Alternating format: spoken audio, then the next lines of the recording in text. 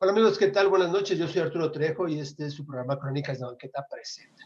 Hoy tenemos un invitado, pues bueno, ya verán qué tanto hace porque tiene muchas cosas que anda haciendo y pues bueno, gracias por estar con nosotros y nuestro invitado es Pedro Luna Páez. Hola Pedro, ¿cómo estás? Buenas noches. Hola, ¿qué tal? Buenas noches, Arturo. ¿Qué dices? Pues Gracias por la bueno, invitación. no, gracias a ti por aceptar. Y pues bueno, a Pedro lo vemos por todos lados, ¿no? En televisión lo hemos visto en Leyenda Urbana, en El Foco, con Ángeles González Gamio, ¿no? ¿Cómo se llama el programa? También he estado en Leyenda Urbana con Alfredo Barranco. Ajá, Es- He estado con Héctor de Mauleón en El Foco. ajá. En esos dos programas es en los que he estado y he estado haciendo actualmente unas cosas para la televisión franco-alemana que se llama Voyage, Ah, mira, con un señor que se llama Franck Risson. ya. ¿Tú sabes alemán? No, sé Ah, francés, pero alemán no. ah. Ellos No más hacen que las se asemeja, traducciones. dices. No, pues yo nada más me asemejo a la Así. parte de España, que es con español.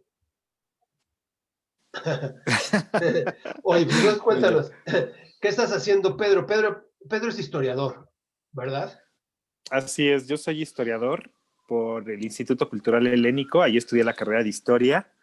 Luego tengo unos estudios de arte en el Instituto Cultural, digo, en Casa Lam.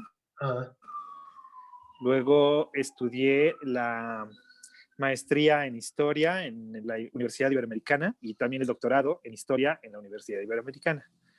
Y en mis primeras tesis, que fueron las de licenciatura y las de maestría, me dediqué a arquitectura de la Ciudad de México, específicamente Art Nouveau en la Ciudad de México, y un poco sobre la ciudad y urbanismo. Y al final, en el doctorado, hice una tesis sobre procesos de humillación como generadores de trauma social ah, entre diferentes como minorías. Uh-huh. ya. No, pues mira, bastante bien. ¿Y por qué más te especializas en Art Nouveau y no en otros estilos? No sé, yo desde que tengo casi uso de razón, ¿no? Me llamaba mucho la atención el Art Nouveau, esa es la verdad. El Palacio de Bellas Artes, el Gran Hotel de Ajá, la Ciudad de México y así otros. Y entonces lo primero que hice justo, bueno, a la hora de estar haciendo la licenciatura, fue empezar a investigar sobre edificios Art Nouveau en la Ciudad de México, que había vestigios de Art Nouveau en la Ciudad de México, o algunos elementos o detalles. Y de hecho, justo mi tesis de licenciatura, yo la titulé bueno, le puse un título un poco ahí, rimbombante, ¿no? Porque se ajá, llamaba La línea llena de alma, forma plena de sueños y libertad, que se llamaba Arquitectura Art Nouveau en la Ciudad de México. ah, Eso lo hice como por el 2009 fue más o menos esa tesis, y hice un catálogo de edificios Art Nouveau en la Ciudad de México. En ese catálogo estaban lo que existe hoy en día de estilo Art Nouveau, en el cual tenemos todavía registro escrito, pero ya no visual, o tenemos registro visual, pero ya no escrito. exacto. Entonces es un catálogo como muy lindo, la verdad. Con alguna que otra falla, Ah, porque yo era muy joven y le faltó que se le pulieran algunas cosas, pero bueno, al final fue un muy buen trabajo. y este lo podemos consultar, digo, porque también a veces está el catálogo de Lina y no está tan completo luego, ¿no? O sea, tú buscas un edificio y es el que precisamente le falla y algo tiene. No sé, para que estos dos catálogos se Pues complementen. este catálogo está en la UNAM. En la UNAM, Ah, si uno busca ahí en la Biblioteca Central y trata de buscar, ahí pone Pedro Luna País o lo que sea, o Art Nouveau, sale. Incluso si uno lo busca en un buscador de Google o alguno de ellos, pone Pedro Luna País, va a salir el ah, catálogo, ¿no? bueno, Ahí sale ese catálogo y lo puede consultar porque está abierto al público. El otro que hice de maestría, que se llamaba Flores entre balcón y ventana, lo hice específicamente de un edificio que es el edificio de Guanajuato 54, ahí en la colonia Roma, el que está en Guanajuato y Mérida, ajá. que es, que es una fachada y es un estudio realmente de caso. Es como a partir de un edificio se puede explicar todo un modus vivendi de la gente que vivía en esa época. De lo cual, bueno, cuando uno ve el edificio, por fuera sigue siendo Art Nouveau, es muy Art Nouveau, de estilo catalán, hecho por Bertrand de Quintana, y por dentro realmente no tiene nada, es un edificio muy hechizo y aparte con los años se ha subdividido, le han transformado, es prácticamente una vecindad, ¿no? Pero bueno, lo que importa es la fachada en este caso. Exacto, que eso ha afectado mucho también ahora, ¿no? Y aparte, pues bueno, ya sabes que esta nueva ola de construcción y demás tira edificios, tira monumentos, se lleva cantinas, se lleva tiendas, se lleva todo. ¿Qué tanto tú consideras, por ejemplo, preservar toda esta, ¿cómo le llaman? Esta historia que hay, o el pensamiento histórico, ahorita se me fue el nombre, y hacerlo nuevo todo. ¿Tú cómo ves esto? Mira, La memoria yo creo que histórica. depende del edificio. Ajá, yo creo que depende del edificio. Eh, yo creo que, bueno, más bien, para empezar, yo creo que han habido grandes problemas en esta ciudad. Lo primero fueron las rentas congeladas durante muchos sexenios, ¿no? En los años previos a estos gobiernos, en los cuales, pues, ¿qué pasaba? Si tú tenías una propiedad, ¿no? Y la tenías rentada y era renta congelada, pues resulta que llegaba un momento que la gente pagaba cosas risibles por Sí, un departamento o por una casa, ¿no? Todos lo sabemos. Y creo que justo la gente decidió en algún momento dejar perder la propiedad, ¿no? O no invertirle precisamente porque pues era meterle dinero bueno al malo. Y actualmente creo que depende del edificio. Hay unos edificios que están muy bien conservados, que sí vale la pena guardar, ¿no? Y conservar para la memoria histórica y todo. Pero lo que actualmente han hecho las inmobiliarias es eso, comprar un edificio antiguo, solo respetan, digamos, la primera crujía del edificio, que sería como parte de la fachada, ¿no? Y el interior lo hacen completamente nuevo, pero bueno, por lo menos respetan algo de la fachada o conservan algo, ¿no? De eso. Y en otros casos, por ejemplo, otro edificio que también estaba ahí en Guanajuato y Mérida, que es un edificio de color rosado, ¿no? Que se llamaban los edificios gemelos, de hecho, estaba el 80% destruido, entonces digamos que ahí no se estaba afectando absolutamente nada, ¿no? O sea, sí valía más recuperar la fachada que el interior del edificio, claro ¿no? que lo mismo Pero en sucede, por otros sí ejemplo, vale la pena en otros sí vale la pena tanto el interior como el exterior y sí es una pena claro, que los tiren. claro. Sobre Insurgentes Sur, el edificio este grande que está, creo que es esquina, bueno, por ahí pasa el eje Monterrey, pero no es Monterrey, sino la otra, Medellín. No sé, que es un edificio ya viejo Ajá. ¿Cuál sobre dices? El Insurgentes. del... ¿Cuál? ¿Qué es eh, que ahí ¿Pero es abajo hay funcionalista? sí, sí, creo que sí, que Es un abajo hay edificio funcional. locales y arriba pues están los departamentos, Ajá. pero ya están más que olvidados. Ahí sí, por ejemplo, sí sería bueno reconstruirlo. Uh-huh. Pero a veces sucede, Sí, pero no sabemos cómo está la estructura del edificio, sí, ¿no? sí, exacto. Sí, ya ves que con el temblor este último del Sí, creo. 17, sí se dañó.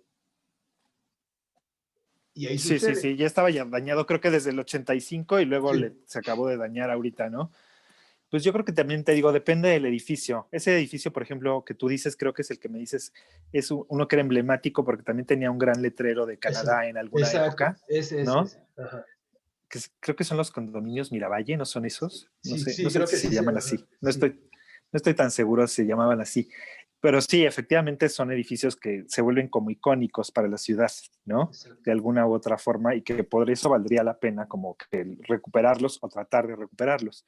Lo que es que no sé, también en estas cuestiones como de pleitos, ¿no? Luego que hay de propiedades, o sea, todas esas cosas no Sí. sabemos, ¿no? Muchos son edificios abandonados, intestados, ¿no? Y que los recupera el gobierno y que no se puede hacer nada por ellos.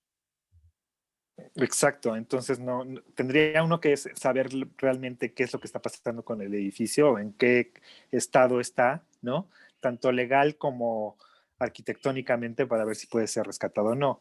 Por ejemplo, otro edificio así icónico de la ciudad son estos el edificio Basurto, ¿no? Que se dañó en el 85, lo arreglaron, que está en la Condesa, Ajá. y se volvió a dañar en el 17, ¿no? Pero ahí sigue. ¿Por qué? Porque es una joya arquitectónica. Entonces, como que todavía no lo tiran, pero no saben qué van a hacer, si lo van a restaurar o no. O sea, no, Sí, no exacto, sabemos. exacto. Y como dices también esto de las rentas congeladas, que en un principio pareciera que fue un triunfo, ¿no? Por los inquilinos, y voy a pagar 50 centavos, un peso, 5 pesos a la fuera era mucho, pero no se dieron cuenta del daño que le hacían al mismo edificio, ¿no? Porque como dices, Ujú. nadie quería invertir en que se fundió la bomba, pues sí, pero como no hay propietario, la gente no quiere pagar, entonces se fueron pues añejando más, destruyendo y pues terminaron por no tener funcionabilidad ahí cada habitación, ¿no? Cada departamento. Así es, pero bueno, también hay otros que han podido salvarse, ¿no? Con un estilo así. Por ejemplo, el edificio que también está ahí en la colonia Roma, el famoso, eh, ¿cómo se llama? Que está ahí en Álvaro Obregón, en contraesquina de donde estaba la Bella Italia. Ajá, El edificio Balmori, por ejemplo, ajá, que es el memoria, que te ajá. quiero decir, el edificio Balmori, en el 85 lo iban a tirar, ¿no? Porque creían que estaba abandonado, justo había mucha gente metida ahí, era prácticamente una vecindad, y se hizo todo pues una campaña de rescate con intelectuales de la época para que no lo tiraran, y hoy en día pues lo seguimos conservando y es una belleza de edificio, ¿no? O, por ejemplo, el edificio Vizcaya también, que está ahí en Bucareli, Ajá. lo mismo, ¿no? En alguna época también estaba muy sucio, estaba lleno de gente también que no pagaba ni siquiera renta, muchas de ellas, decían que había gatos muertos en las cisternas, ¿no? Que estaba en unas condiciones deplorables el edificio, y también se unieron y lo lograron, pues, volver a la vida, ¿no? Al edificio. Claro, claro. Y así muchos, porque puedes caminar por todo el centro histórico y hay cantidad por la calle de Morelos, ahí en el centro, también hay muchos y luego hasta como dice, la gente se mete estos llamados paracaidistas y lo hacen Uh suyo el -huh. edificio. Así es, sí, sí. Y luego sacarlos justo es una bronca, ¿no? No sé, por ejemplo, si te has paseado ahí en La Juárez, donde alguna vez fue la Embajada de España, ¿no? Ajá, Enfrente del Museo ajá, de Ripley y del Museo de Cera, de cera. que también estaba invadido, ¿no? Sí, sí, Estaba sí. invadido el predio, ya con la casa como muy destruida y eso, y hace poco lo sacaron, ¿no? Y entonces están afuera, en las calles, ahora como tiendas de campaña, ¿no? Y ya tiene tiempo, ¿eh? Entonces, yo creo que sí es una, sí, yo creo que es una pues, Sí, situación como muy compleja de la ciudad. sí, sí, exacto, ya tiene muchísimo Ujú. tiempo. Está la cuenta de la Juárez, precisamente la Colonia Juárez, y siempre ese es lo que tuitea, lo que reclama, ¿no? Estas personas, pero estas personas ya ves que se afilian a un partido político y entonces les hace más llevadero ahí la vida y ahí hacen ya su asentamiento y ya se quedaron. Por lo menos tienen 5 años ahí estas personas, si no es que más. Sí, yo creo que sí. Y yo creo que es muy difícil moverlas, ¿no? Precisamente por estas filiaciones políticas Ajá, y por todos los intereses que hay detrás. Estoy de acuerdo contigo. claro que sí. Pero vamos a un corte, regresamos en un ratito y ahora vamos a platicar acerca de ti, ¿te parece? Ok, muy bien. Listo, vamos al corte, de todos modos ya lo edito y regresamos. A ver.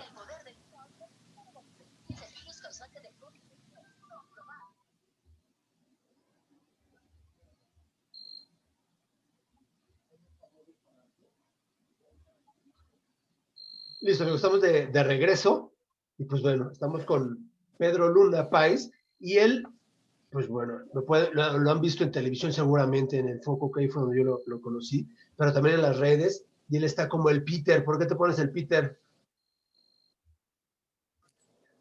Pues no sé, es chistoso porque desde que estaba como muy joven, ¿no? Toda la gente me dice Peter, y cuando abrí mi cuenta, por ejemplo, de Twitter la primera vez, justo me puse el Peter, ¿no? Nada más porque ni siquiera era una persona, digamos, ni muy famoso, ni muy, conocido ni nada, sino era una persona común y corriente como todos, y entonces me puse justo el Peter.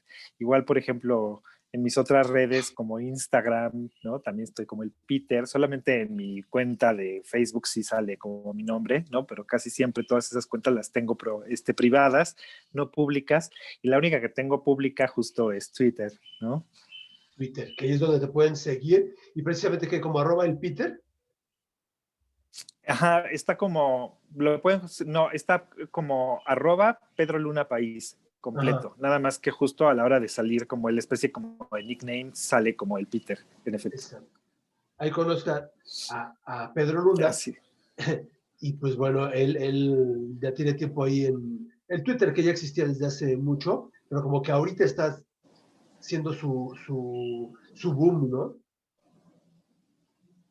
Así es. Yo creo que actualmente ha tenido como más fuerza. Yo creo que en algún momento justo fue Facebook, ¿no? Después se cambió a Twitter, que todavía sigue siendo un lugar para hacer comentarios, para hacer reclamos, para hacer una serie de cosas, ¿no? Actualmente con esto de la pandemia se ha vuelto un gran obituario, no sé si tú no lo Sí, hayas visto cierto. así. Y también, y también Instagram creo que también está tomando como mucha fuerza, ¿no? Sí, exacto. Sí, exacto. Y como dices, donde pueden hacer un comentario y donde la pelea está, pero sí a la orden del día. Sí, o cualquier cosa que publiques, ¿no? De repente se puede volver un hilo que se puede volver gigante, ¿no? Enorme de los comentarios y todo. Exacto. Pedro, bueno, nos habla mucho de la colonia Juárez y de la colonia Roma, pero tú en realidad, ¿dónde naces o dónde haces tu infancia? Mira, yo nací aquí en la Ciudad de México y siempre he vivido en la colonia Narvarte. Es la colonia donde siempre he vivido desde que era niño, bueno, siendo niño. Luego soy de madre guatemalteca y padre Ah, mexicano. ajá. Y entonces un tiempo también nos fuimos a vivir a Guatemala y luego regresamos, pero también regresamos a la colonia Narvarte. Y aunque, bueno, la mayor parte de mis trabajos, como tienen que ver con el porfiriato, pues se han relacionado con el centro, con evidentemente la colonia Roma, con la colonia Juárez, con la colonia Cuauhtémoc, ¿no? Entonces, digamos que en ese ámbito me he movido a la hora de hacer como mis trabajos. Y los recorridos que he hecho, por ejemplo, que hago, ¿no? Que no solamente son estos que he hecho para el Foco o para Leyenda Urbana y todo esto, sino que también he hecho otros para la Ibero y personales, ¿no? De historia caminando por las calles, ¿no? Como de historia viva, por llamarlo de alguna forma, y, y siempre han sido en esos lugares, y no solamente han sido a pie, también hemos hecho algunos en bicicleta, que es Ah, también una parte como divertida, ¿no? Que desde hace mucho tiempo ya lo hacíamos también en bicicleta, y entonces vamos en la bicicleta por toda la colonia y hacemos paradas como explicando, ¿no? Algún edificio, alguna cosa de la arquitectura, ir contando historias, ¿no? Que es lo que me gusta. qué bueno, porque también este boom de la bicicleta, de la gente, también es una comunidad muy grande, todos aquellos que usan la bicicleta, y más que eso, con las famosas ciclovías, que también luego hay unos problemas, pues Ajá. es un buen público, ¿no? Todos los bicicleteros o, ¿cómo les dicen? Dime Pues, para que no pues sí, vaya a pero ofenderlos. no, pues yo sí, no sé si sean bicicleteros, pero podrían ser pues amantes de las bicicletas, Ajá. ¿no? No sé, de este tipo de cosas. Sí, no sé cómo les llamen, de nombre como técnico o alguna cosa Ey. así, pero creo que también es otro tipo de público que puede estar Ajá. interesado, ¿no? Que puede estar interesado en este tipo como pues de tours, por llamarlo de alguna forma, o de paseos, o no, o de otras formas de conocer la ciudad, ¿no? Que pueden ser como incluso más divertidas o pueden llegar a ser más atractivas para cierto tipo de público. Claro, claro. Y ahí en la colonia Doctor Bertis, ¿cómo te divertías tú primero siendo niño? ¿Tenías más hermanos con los amigos? Yo anteriormente sí se podía jugar en la calle. Ah, bueno, pues yo tengo actualmente 45 años y cuando yo estaba chico era una colonia pues muy familiar y más tranquila de lo que es ahora, ¿no? Evidentemente y más segura.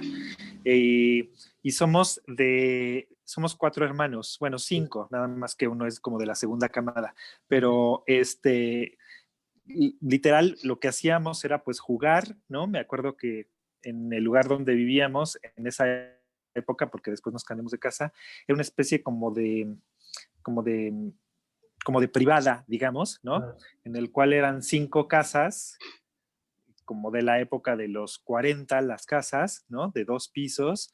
Y entonces jugábamos en la parte de abajo que había una especie como de patio. O salíamos a la calle a jugar con los amigos, porque había amigos en la calle, creo que todos los que tenemos cierta edad, a todos nos pasó, donde jugábamos ahí la cascarita, Sí, ¿no? sí.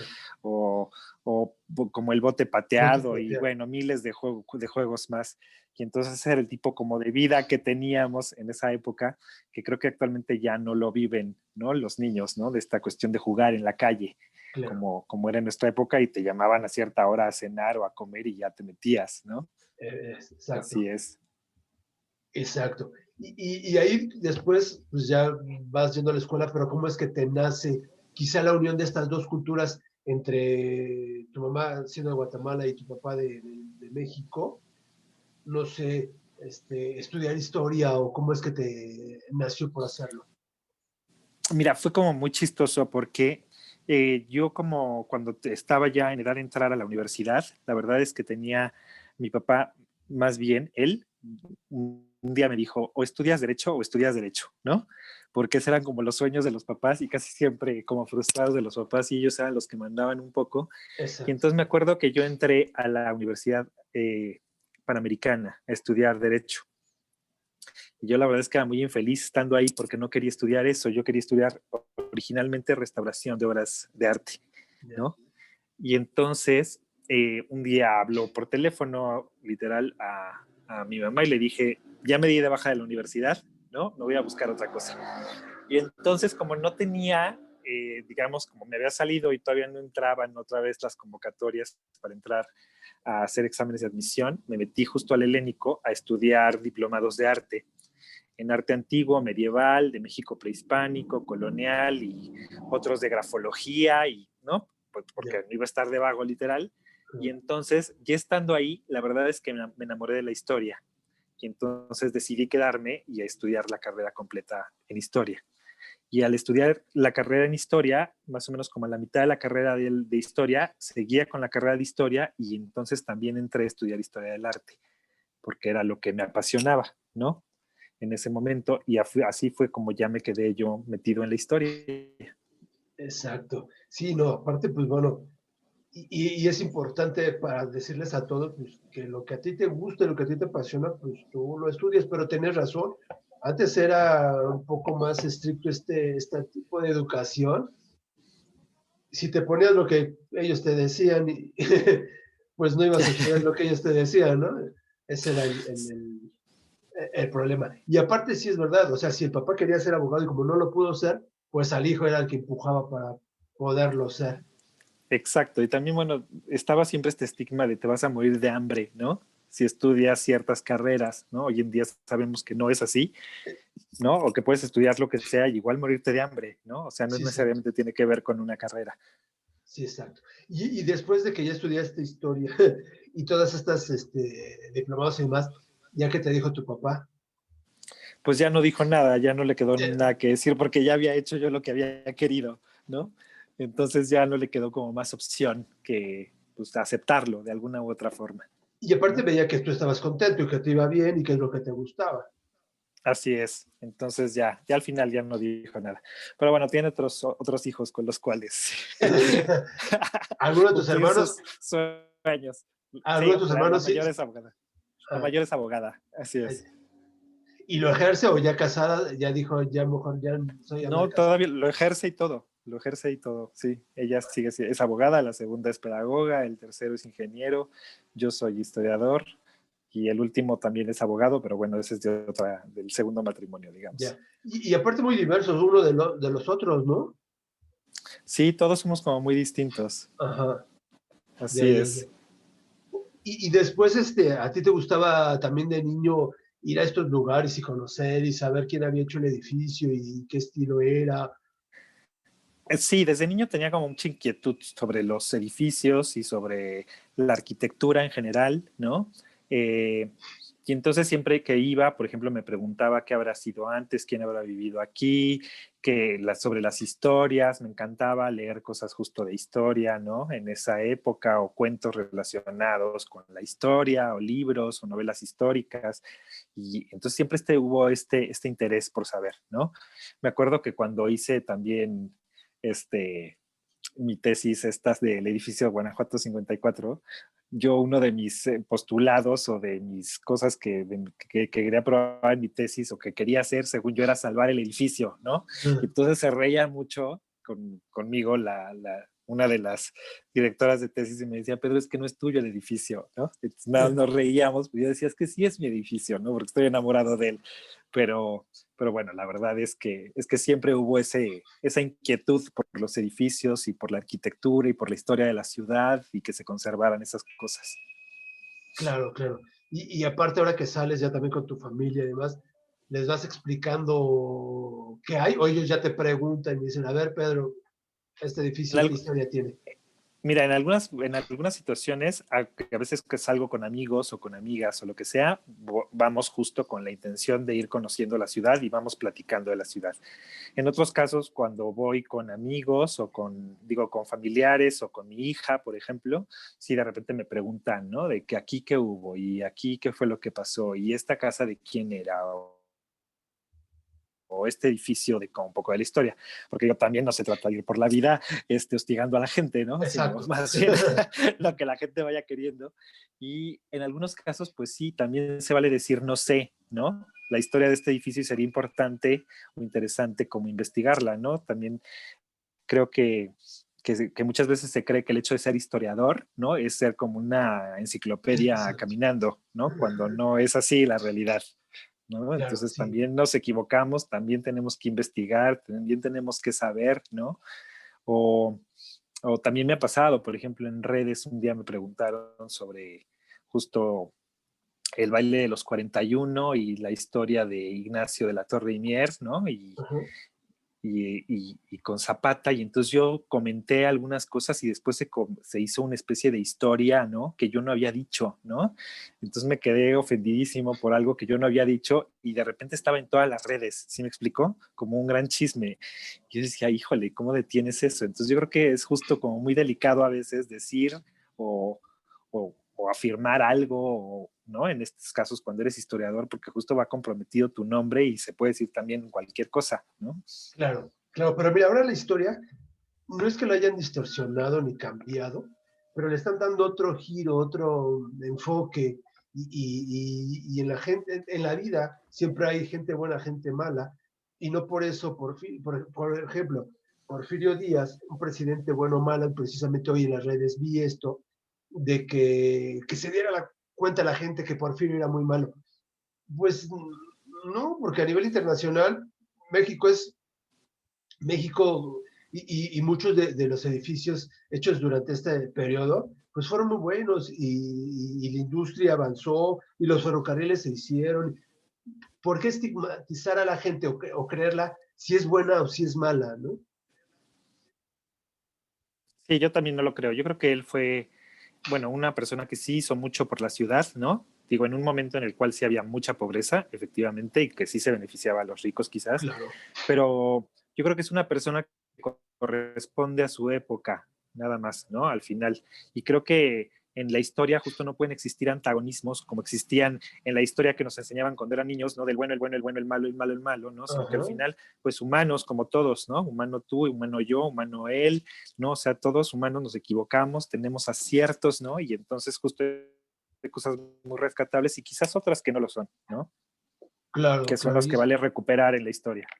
exacto, ¿no? Y no creer que, por ejemplo, este, como ahora, ¿no? Madero es el héroe y toda bondad y demás, y pues sí lo fue, pero también tenía sus cosas, el otro lado de la balanza, como todos los humanos.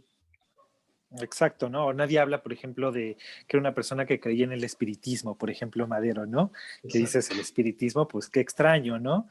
O igual, por ejemplo, cuando se habla de Santana, ¿no? De Santana, el que vendió a México, la mitad de Exacto. México. Bueno, a ver, no la vendió, ¿no? Sino la perdió en una batalla y no tenía de otra, ¿no? Así, o sea, era o sí, y era el contexto de la época.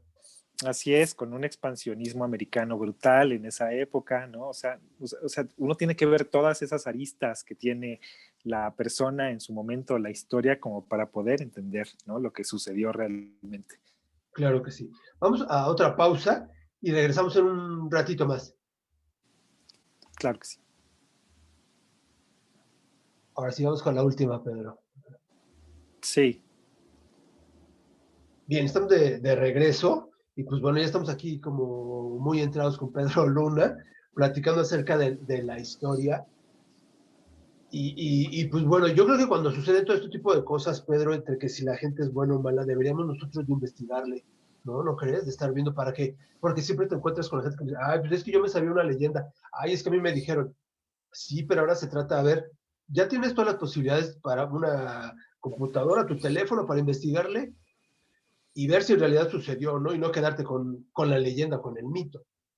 sí, y bueno, y al fin y al cabo la historia, yo creo que es un ente, por llamarlo de alguna forma, un ente vivo, ¿no? Y entonces, todos los días salen cosas nuevas, ¿no? O sea, el trabajo de un historiador al fin y al cabo es un trabajo en el cual uno se mete en los archivos, ¿no? Y en los archivos constantemente salen cosas nuevas que igual tiran, ¿no? Alguna versión que existía previa, ¿no?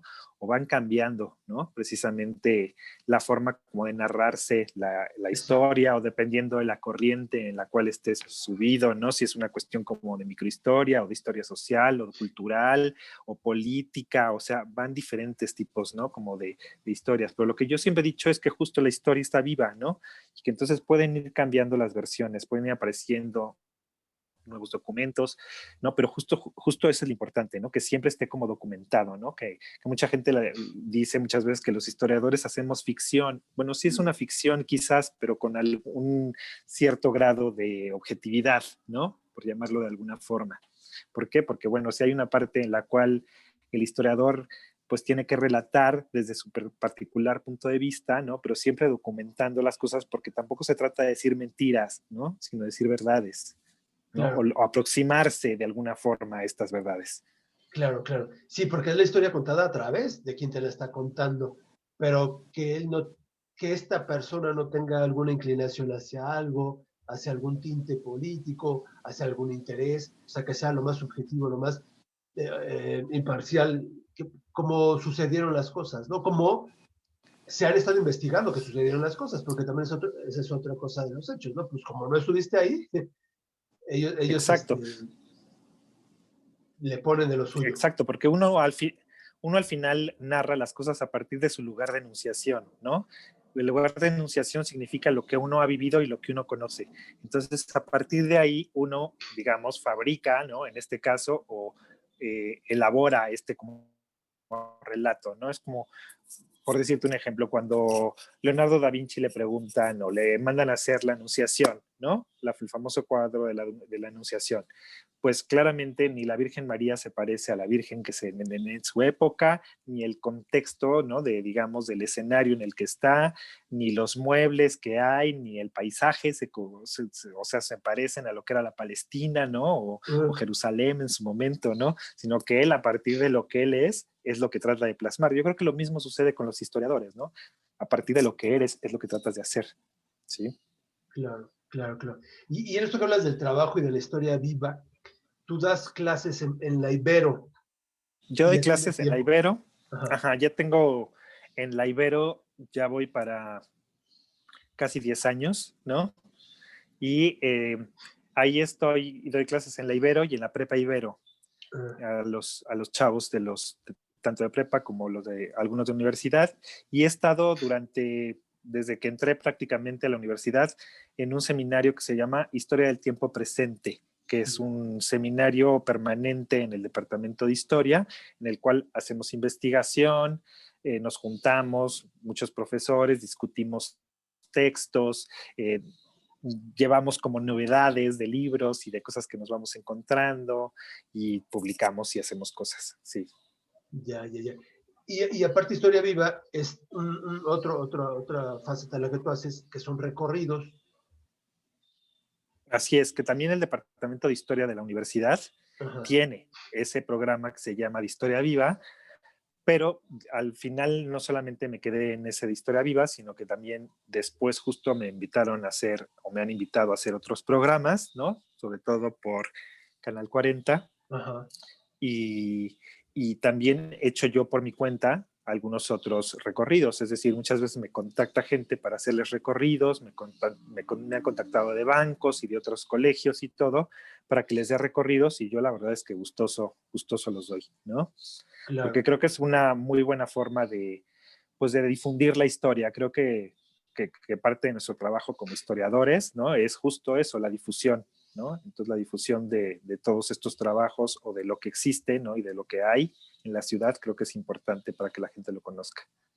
Claro, claro. Y después, ¿cómo es que te llama, bueno, la producción del Foco y de Leyenda Urbana para que puedas acompañarlos?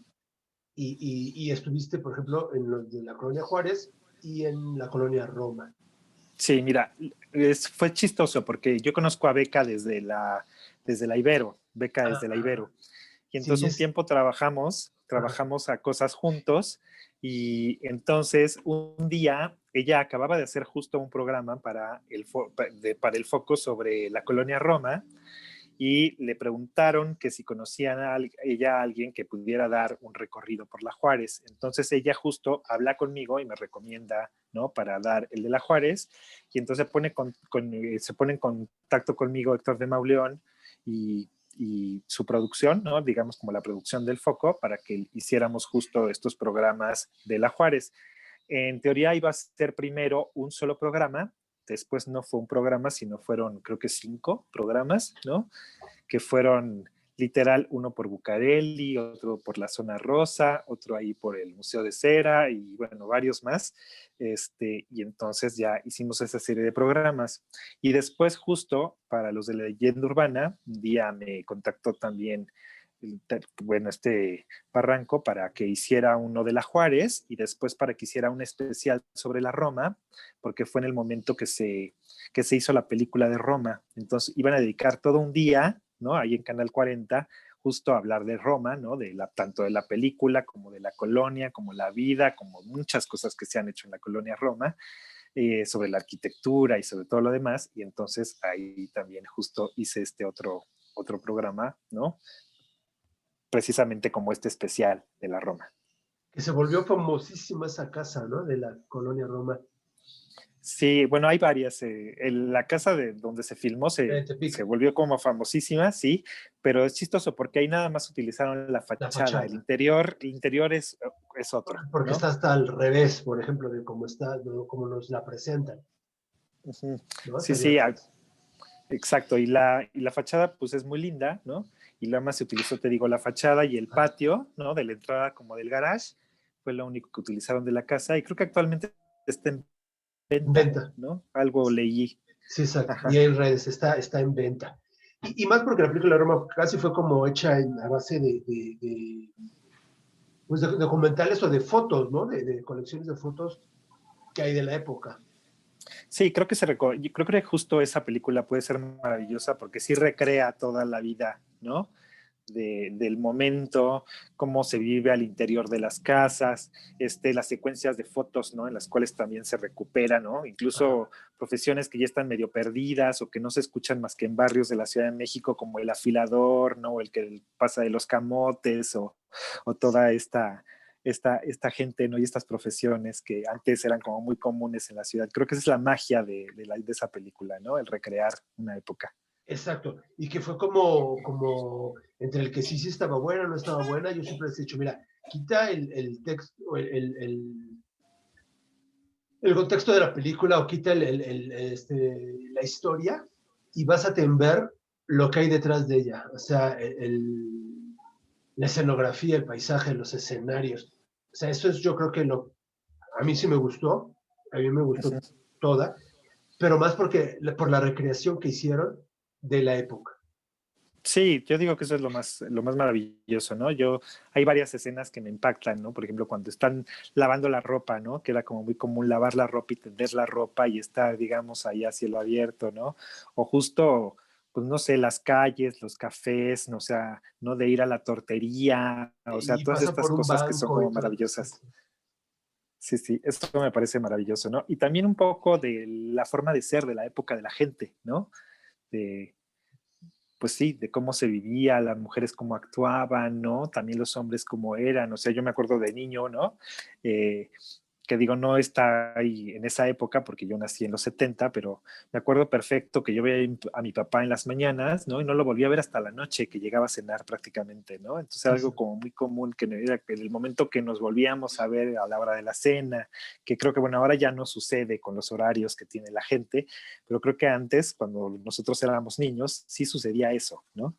Que te reunías en el comedor, ¿no? Porque ahora prácticamente hay un comedor en casa, pero muy Nadie lo pocos, usa. nadie lo usa.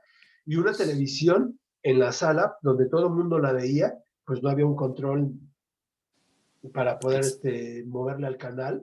El control era la mamá, ¿no? Decirle qué podías ver y qué no podías ver. Exacto, no es como ahora que cada quien, por ejemplo, en su recámara todos tienen una televisión, ¿no? Sino que Ajá. generalmente justo era una, una televisión en la sala y ahí todos se reunían a ver la televisión, ¿no? Con una barra muy limitada de canales, quizás, ¿no? Sí, exacto, sí, exacto. No, porque luego también hay, te digo que en las redes hay de todo y la gente dice que habla de lo mal que era la televisión, pero pues era la época, era lo que teníamos, era lo que había, o sea, tampoco, si lo comparas a la época de hoy, pues no, por supuesto que no era tan buena, pero había programación cultural, por ejemplo, en la cual ahora los canales abiertos no hay programación cultural por ningún lado.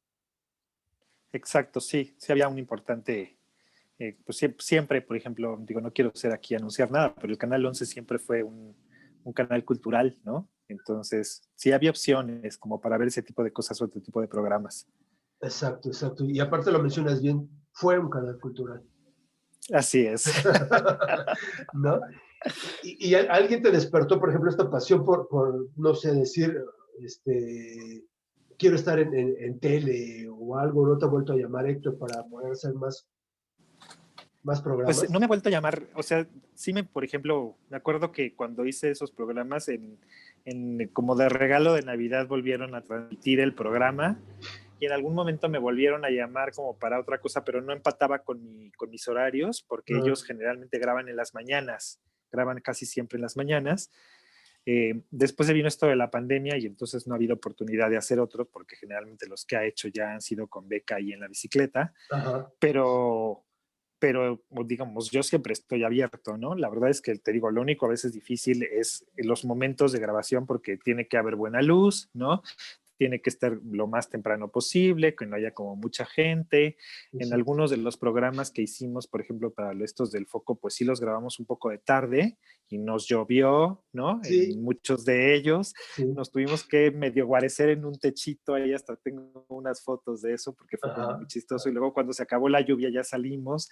Que grabamos, por ejemplo, en el edificio Vizcaya, porque ahí también grabamos uno, la gente no lo ve, pero la verdad es que todo el patio estaba inundado, ¿no? Y nos llegaba el agua hasta arriba del tobillo, ¿no? Y entonces íbamos caminando literal entre el agua haciendo el programa, entonces fue como muy chistoso. Entonces sí hay que buscar como momentos especiales o como momentos temprano, o con luz o con ciertas cosas para que no te llueva, ¿no? claro, claro, claro.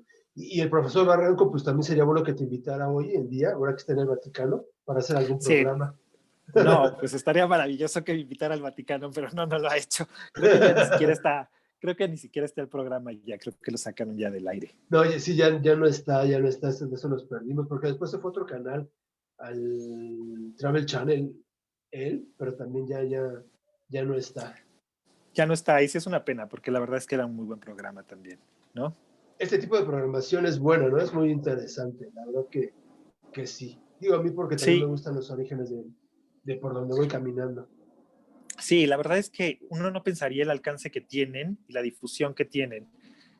A mí me tocó, por ejemplo, muchas veces ir por la calle y que había gente que me decía, tú saliste en el foco, ¿no? O tú estás, y entonces yo decía, qué chistoso que la gente sí ve los programas culturales, ¿no? Sí está pendiente de ellos, sí se da cuenta de la gente que sale ahí, ¿no? Claro, claro que sí. Oye, Pedro, ¿y cómo te ha ido pues, con esta pandemia, que no podemos salir y que la nueva normalidad pues ha sido otra de tus clases por línea y has dejado un poco los recorridos? Sí, he dejado los recorridos justo precisamente porque no podemos salir a las calles, ¿no? En algún momento he estado tentado a hacer como justo recorridos vía Zoom, ¿no? Con imágenes nada más y platicando, que creo que sería una opción y próximamente yo creo que lo voy a hacer.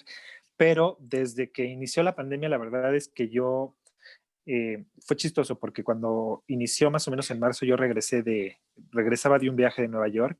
La verdad es que regresé muy enfermo. No sé si tenía COVID o no, pero sí estaba muy enfermo. El caso es que ya no me dejaron regresar a la universidad de forma presencial y desde entonces he dado mis clases a distancia todo el tiempo, ¿no? Hasta la fecha seguimos dando todas las clases a distancia y pues como todo ha tenido sus cosas buenas y malas, creo yo, ¿no?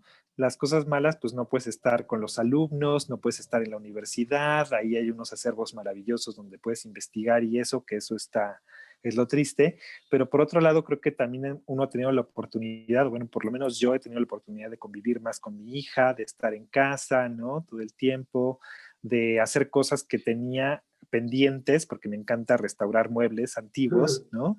Y entonces creo que también los has visto en las redes, ¿no? Sí. Entonces, mucha gente me ha traído muebles o me mandan, ¿no? Y me dicen, oye, restaurame esto, arreglame este baúl, no sé qué. Y entonces ha sido como una especie también como entre escape y fuga, ¿no? Entre las clases, este tiempo que no sabes qué hacer con él, entonces me he puesto a restaurar muebles y me he puesto a hacer así cosas, ¿no? Con tal de, pues de seguir, ¿no? Como todos, creo yo. Claro que sí. Y pues bueno, si haces estos recorridos, con gusto le damos difusión aquí en Crónicas de Banqueta para que la gente lo sepa y que tengan más opciones, ¿no? También para que no se aburran en esta pandemia. Siempre decimos que lean, que escriban, que nos vean, que hagan cosas de provecho, ¿no? Para no caer en depresiones o ratos tristes. Claro, claro. Y también digo, te digo, es una forma justo de que pues uno se mantiene activo, ¿no? Y que también la gente, pues digamos, es una nueva normalidad, ¿no? Una nueva normalidad, entre comillas, donde la gente, pues, si va a estar en casa, pues puede ver otras cosas, ¿no? No solamente la televisión, hay opciones como, pues podemos hacer recorridos, podemos hacer otras cosas, vaya, ¿no? Y Sí. sí, estoy por organizar unos programas, ¿no? Y en cuanto tenga ya las fechas y eso, si quieres, te las hago saber para que tú lo puedas comunicar también. Aunque bueno, en mis redes siempre lo publico antes, Ajá. o un poco antes publico precisamente si voy a hacer un recorrido o algo para que la gente esté como atenta a eso, Claro que ¿no? sí, con gusto lo retuiteamos y le damos la difusión. La verdad, muchas gracias, Pedro. Gracias por acompañarnos en esta ocasión. Y pues bueno, para seguirte invitando más ocasiones y que estemos en contacto y que siga habiendo más Peter para rato. Muchísimas gracias. Gracias a Gracias ti, por la Pedro. invitación. Un Gracias, hasta saludo a luego. todos. Gracias. Hasta luego.